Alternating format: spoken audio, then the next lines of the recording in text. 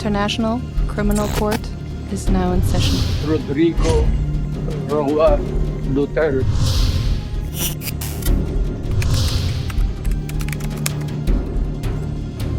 Kukonsultahin daw ni Vice President Sara Duterte ang amang si dating Pangulong Rodrigo Duterte kaugnay ng posibilidad na palitan ang kanyang defense team sa kasong crimes against humanity sa International Criminal Court. Ang mga testigo naman laban sa dating Pangulo, posibleng hindi raw muna ihaharap sa confirmation of charges hearing sa Pebrero. Balitang hatid ni Sandra Aguinaldo. Matapos ideklarang fit to stand trial si dating Pangulong Rodrigo Duterte, nag-schedule na ang International Criminal Court ng petsa ng hearing para sa kanyang confirmation of charges. Ito ay gagawin sa February 23, 24, 26 at 27. 3 oras lang kada araw ang hearing na may break matapos ang 1 oras. Sa February 23, magaganap ang pagbubukas ng confirmation of charges hearing at pagbabasa ng charges laban kay Duterte. Dito rin magaganap ang opening statement ng prosecution o taga-usig ni Duterte at ng defense o yung panig naman ng dating Pangulo. Kasunod ang submissions on the merits ng prosecution. February 24 naman, ipagpapatuloy ang paglalatag ng panig ng prosecution. May nakalaan ding oras para sa submission of merits ng common legal representatives of victims. February 26, nakalaan naman sa submission on the merits ng depensa. Ang February 27 para sa depensa pa rin. Binigyan ang depensa ng mas mahabang oras dahil ito ang unang pagkakataon na magpepresenta sila ng submissions sa merit ng case. Masusundan ito ng closing statement ng prosecution, common legal representatives of victims at depensa.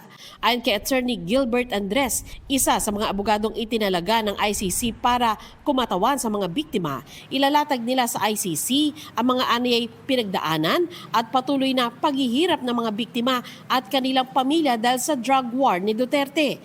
Bibigyan din daw nila ang kwento ng mga biktima at kanilang mga kaanak. Yung mga napatay na mga kaanak po nila, tapos yung mga emotional, psychological, at mga psychosocial na naging effect, naka-attach na po yung stigma, pati po sa mga surviving na mga kaanak po nila.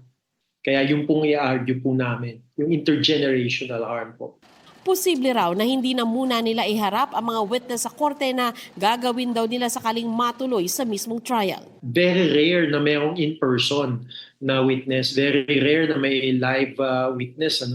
Kasi talagang ang ipapairal po dito, ang mga argumento nga na dapat ituloy sa trial proper. Hindi po requirement na iharap doon ang mga biktima, bagkos meron nga mga heightened security o risk. Kaya ang talagang ipapakita naming argumento yung mga na-suffered po na harm. Maaari raw na naroon mismo si Duterte kung gugustuhin ito. Article 61 ng Rome Statute, ito po yung sa confirmation of charges. Gagawin po yung confirmation of charges hearing na sa harap po ng ng suspect. Pero meron ding provision sa Article 61 na the suspect may waive his or her right to be present. So, tingnan natin kung anong magiging desisyon ni Mr. Duterte at ng defense on that issue. Kaugnay naman sa napapaulat na posibilidad na magpalit ang abogado ang kampo ni Duterte at mag-file ng apela, tingin ni Andres, hindi ito magiging hadlang sa nalalapit na hearing. Meron po dong sinabi ang pre-trial chamber na maging handa po ang mga parties. Kung ano man pong mga pagrepasong gagawin ng depensa, hindi ko po alam yan, pero hindi po dapat yan maging hadlang para po sa pagtuloy na po ng Feb 23 confirmation of charges hearing. Natanong din tungkol sa posibleng pagpapalit ng abogado si Vice President Sara Duterte na nasa The Hague para dalawin ang kanyang ama. Oo nga, sinabi ko pala na itatanong ko yan. Nakalimutan ko siya. Sorry, I will ask that question from President Duterte. Wala pang bago impormasyon mula sa bise tungkol sa napag-usapan nila ng dating Pangulo. Sandra Aguinaldo, nagbabalita para sa GMA Integrated News.